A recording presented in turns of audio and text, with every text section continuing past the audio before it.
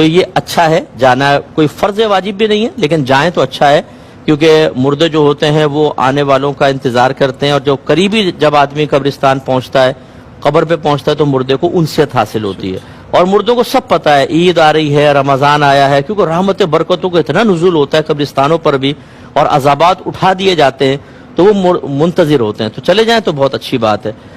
اور دوسرا سوال یہ ہے کہ عید کے دن کرنے والے سنت کام کون سے ہیں؟ ٹھیک ہے۔ اور عید کے سنت کام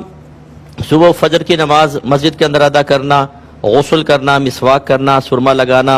اور خوشبو وغیرہ استعمال کرنا، تیل لگانا، نئے کپڑے پہننا، نئے نہ ہوں تو صاف ستھرے کپڑے پہننا، عیدگاہ کی طرف جانا اور آہستہ آواز میں تکبیر